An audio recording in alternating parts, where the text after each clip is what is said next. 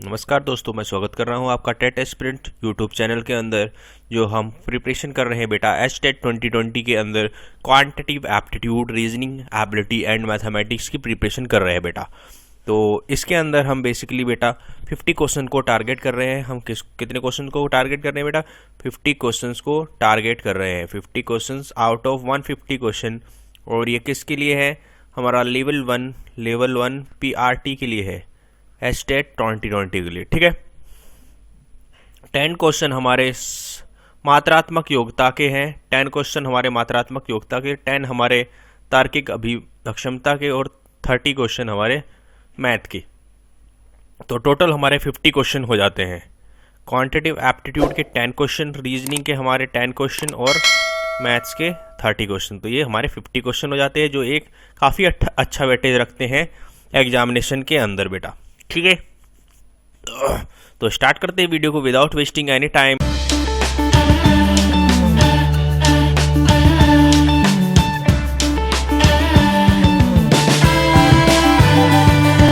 तो भाई पहला क्वेश्चन है, किसी वस्तु को 110 रुपये से बेचने 110 रुपये बेचने पर व्यक्ति को 12% का नुकसान होता है। 8% का लाभ लेने हेतु व्यक्ति को वह वस्तु कितने में बेचनी चाहिए?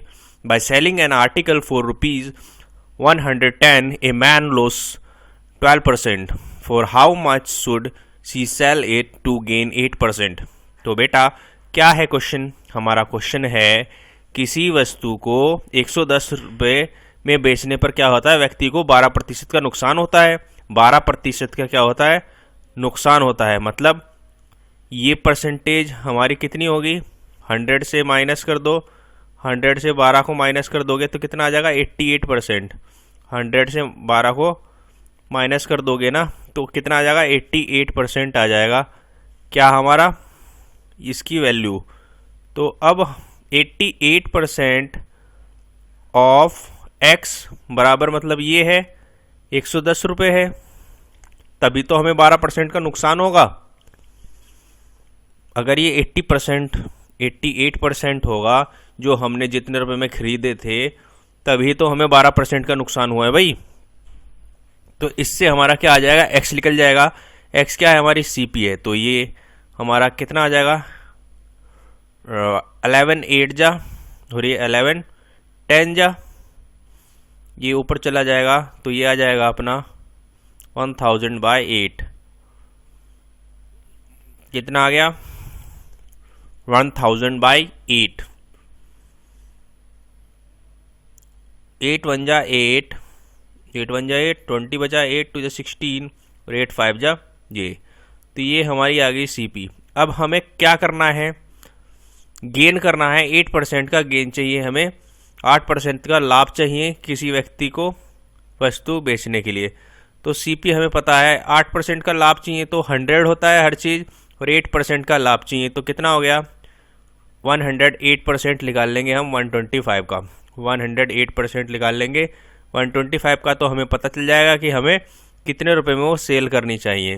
तो इसको करेंगे 520 जा और ये 5 2 5 और ये 5 4 जा और 5 5 जा। तो ये 4 से कितनी बार? 4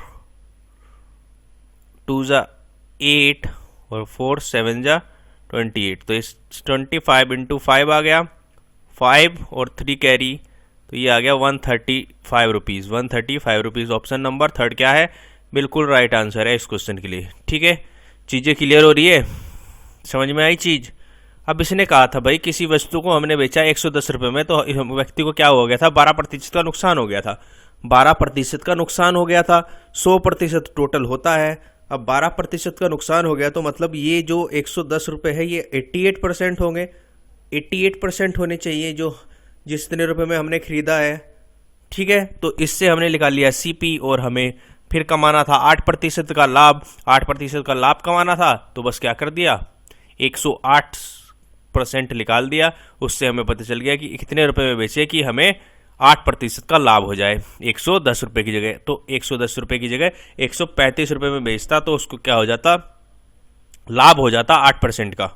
ठीक है, समझ में आ गई चीज़ें? तो ऑप्शन नंबर थर्ड क्या है बेटा? इसका राइट आंसर है। उम्मीद कर रहा हूँ चीज़ें बिल्कुल क्लियर होती जा रही है। नेक्स्ट क्वेश्चन देखते हैं कि नेक्स्ट क्वेश्चन है 46656 का घनमूल ज्ञात करना है। ज्ञात कीजिए, find the cube root of 46656। 46656 का हमें क्या करना है, क्यूब रूट फाउंड आउट करना है। तो हमें 1 से लेके 1 2 3 4 5 6 7 8 9, तो इसका क्या करना पड़ता है, क्यूब निकालेंगे तो उसकी यूनिट डिजिट देखेंगे। तो हमें 6 की पता है कितना होता है क्यूब, 216 होता है। तो इसका क्या है, लास्ट डिजिट 6 है, तो यहाँ पर हमारा जो आंसर आएगा उसका 6 होना चाहिए। तो थर्ड ऑप्शन हमारा कट हो गया, इसमें 6 नहीं है। अब इनमें से इनकी 3 डिजिट को आखिरी वालियों को छोड़ देते हैं, उससे कितना बचा, 46 बचा। अब 46 देखना है कि किसके बीच में आता है। 46 किस किस के बीच में आता है, 3 के क्यूब के बीच में आता है। 3 का क्यूब क्या होता है, 27, और 4 का क्यूब कितना होता है, 64। तो 3 का क्यूब सबसे ऊपर वाले को रख देते हैं, तो कितना आ गया, 36। 36 का क्यूब होगा हमारा क्या, 46656।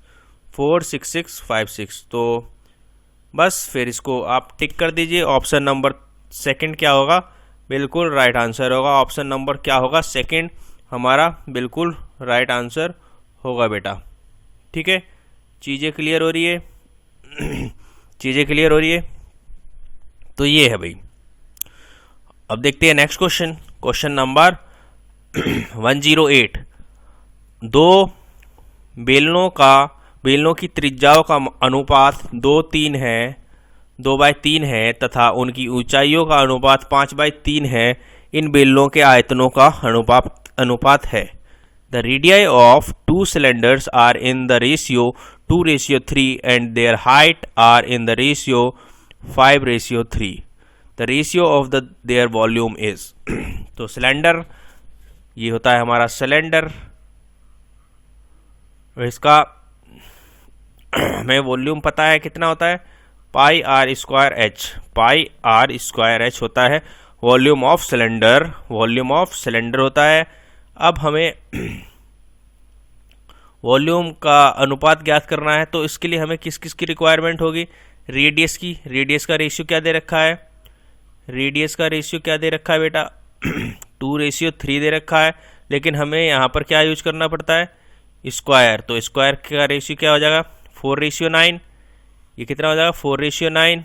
और अब हम अगर बात करें एच की, हाइट का रेशियो क्या दे रखा है, हाइट का रेशियो क्या गिवन है, 5:3। 5:3। तो इनका मल्टीप्लाई कर देंगे तो हमारा क्या आ जाएगा, वॉल्यूम आ जाएगा। ये आ गया 20, ये आ गया 27। तो रेशियो क्या आ गया भाई, 20:27। ऑप्शन नंबर 2 क्या है, बिल्कुल राइट आंसर है। ऑप्शन नंबर 2 क्या है, बिल्कुल राइट आंसर है। रेडियस का स्क्वायर इंटू हाइट, ये हमारा करने से क्या आ गया, वॉल्यूम आ गया। पाई तो कॉमन था ही, तो इसलिए इनके रेशियो हमारे कैसे आ गए, ऐसे ही आ गए, 20:27। चीज़ें हो रही है क्लियर, हो रही है भाई चीज़ें क्लियर। अब देखते हैं क्वेश्चन नंबर 109। आज के क्वेश्चन काफ़ी आसान रहेंगे। आज के क्वेश्चन काफ़ी आसान है हमारे लिए और आपके लिए भी बेटा। तो देखिए, दो संख्याएं 3:5 के अनुपात में है। यदि प्रत्येक संख्या में से 9 घटाया जाए तो इनका अनुपात 12:23 हो जाता है। तो दूसरी संख्या को ज्ञात करना है। 2 numbers are in the ratio 3:5, 3:5 में है। If 9 number be subtracted from each, 9 number घटा दिए गए तो कितना आ गया, then their ratio are in 12:23। तो हमें सेकंड नंबर ज्ञात करना है। तो भाई सिंपल है, बेहद आसान क्वेश्चन है। हमने इस टाइप का क्वेश्चन पहले ही किया हुआ है।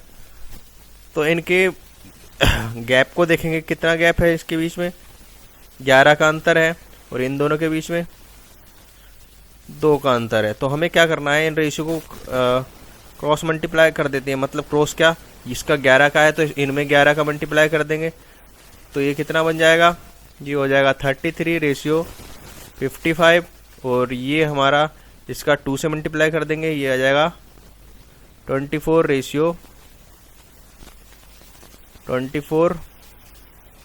रेशियो हमारा 46। तो अब हम देख पा रहे हैं रेशियो बिल्कुल क्लियर हो चुके हैं।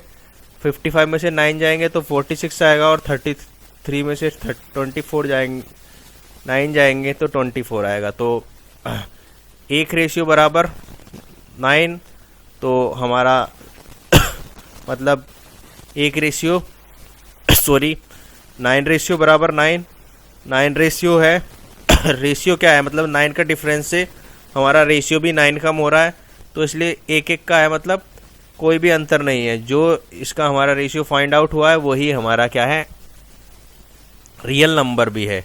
तो हमें क्या करना था, सेकंड नंबर बताना है। सेकंड नंबर, ये हमारा फर्स्ट नंबर था और ये सेकंड नंबर है, तो सेकंड नंबर हमारा क्या है, 55 है। ऑप्शन नंबर 4 क्या है, बिल्कुल राइट आंसर है। ऑप्शन नंबर 4 क्या है, बिल्कुल राइट आंसर है। तो 55 क्या है, हमारा सेकंड नंबर है बेटा। ऐसे ही क्वेश्चन पहले भी करा था हमने, करा था ना एज वाले में। तो जब भी रेशियो का आ जाता है तो उसको क्या करना, कर लो भाई, सबसे आसान रहता है, उसको कर लो, बराबर कर लो उनके रेशियो को। उसके लिए क्या करना पड़ता है, इनका डिफरेंस निकालो और आपस में मल्टीप्लाई कर दो, तो उससे क्या आ जाएगा, हमारा रेशियो बराबर हो जाएगा और आंसर बिल्कुल इजीली आ जाता है। चीजें हो गई क्लियर। अब देखते हैं last question of the day, ये आज का आखिरी क्वेश्चन है। तो भाई क्या दे रखा है, यदि 2 की पावर x इक्वल टू 4 की पावर y इक्वल टू 8 की पावर z है। तो हमें दे रखा है 2 की पावर x और हमारा 4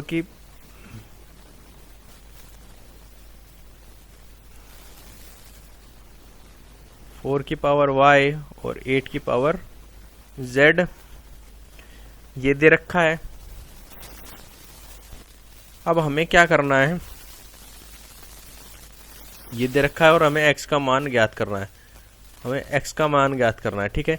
तो इसको हम 2 के उसमें कन्वर्ट कर लेते हैं, ये 2x, तो ये इस 4 को हम क्या लिख सकते हैं, 2 की पावर 2, और बाहर y हो जाता है तो मल्टीप्लाई में चले जाता है, तो ये मल्टीप्लाई में चले जाता है, तो इसको हम ब्रैकेट लगाने की जरूरत नहीं।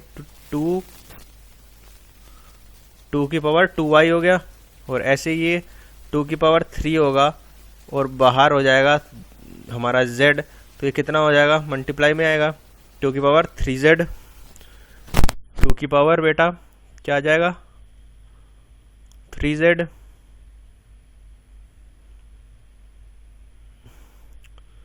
तो अब रेशियो पावर सेम है, तो हम ये लिख सकते हैं 2x equal to 2y equal to 3z। ये हो जाएगा हमारा, ये हम लिख सकते हैं। अब हमें x की वैल्यू निकालनी है, तो इस इक्वेशन की हेल्प से निकालनी पड़ेगी। x की वैल्यू, हमारी इक्वेशन है ये 4y प्लस 4z बराबर 4, तो 1/2x 2y की बराबर है हमारा x के, तो 4y किसके बराबर हो जाएगा, 2x के। ऐसे ही z 1/4z है, तो 3z बराबर x है, 3z बराबर x है, तो z बराबर क्या है, x/3, तो 4z बराबर क्या हो जाएगा, इंटू 4 हो जाएगा, तो 4/3x आ जाएगा। तो यह आ गया 4/3x बराबर 4, तो ये आ गया 1/2x प्लस 3 ऊपर नीचे 4, ये x इक्वल टू 4, ये आ गया। यही तो बात आ रही है, यही तो होगा भाई। अब ये x ऊपर नहीं होगा, x ऊपर कैसे चला जाएगा, x तो 4 के साथ है, x किसके साथ है, 4 के साथ है, तो x नीचे आ जाए, नीचे ही रहेगा, है ना। और 4x बन जाएगा, ये इनको 2 से मल्टीप्लाई कर देंगे, 2 प्लस और ये हमारा 3, ये आ जाएगा नीचे 4x, ये आ गया 4। ये x की वैल्यू फाइंड आउट हो जाएगी। इसको मैं अब इधर करूँगा, इसको अब कैसे करें, इसको रब कर देते हैं, इसको हमने रब कर दिया, यहाँ पर हमारा बिल्कुल सोल आउट हो जाएगा ये। तो ये क्या हो गया, हमारा हो गया 2 2 4, 4 और 3 7, 7 आ गया, और 4x बराबर 4। अब x को इधर ले गए तो ये इसके मल्टीप्लाई में चला गया, ये क्या आ जाएगा 7/16, 7/16 हमारा क्या आ गया, आंसर आ गया। ऑप्शन नंबर 1 क्या है, बिल्कुल राइट आंसर है। ऑप्शन नंबर 1 क्या है, बिल्कुल राइट आंसर है। आपको प्रॉपर्टी बस याद होनी चाहिए थी, क्या प्रॉपर्टी थी कि a की पावर x y बराबर a की पावर एक्स वाई। ये वाली प्रॉपर्टी से हमने सोल्व आउट कर लिया, उससे हमें पता चल गया बेस सेम है तो इसकी पावर सेम होगी, तो पावर भी सेम थी, तो x equal to 2y equal to 3z आ गया। फिर इसकी वैल्यू हमने बस, क्योंकि हमें x की वैल्यू निकालनी थी तो सबको x में कन्वर्ट करके इसके अंदर डाल दिया, तो x इसमें आ गया, तो बस इससे x आ गया हमारा 7/16। 7/16 क्या आ गया, हमारा आंसर आ गया ऑप्शन नंबर 1।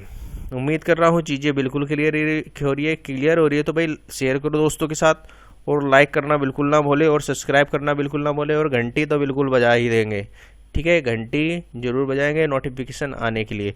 तो thank you for watching this video, have a good day, जय हिंद जय भारत।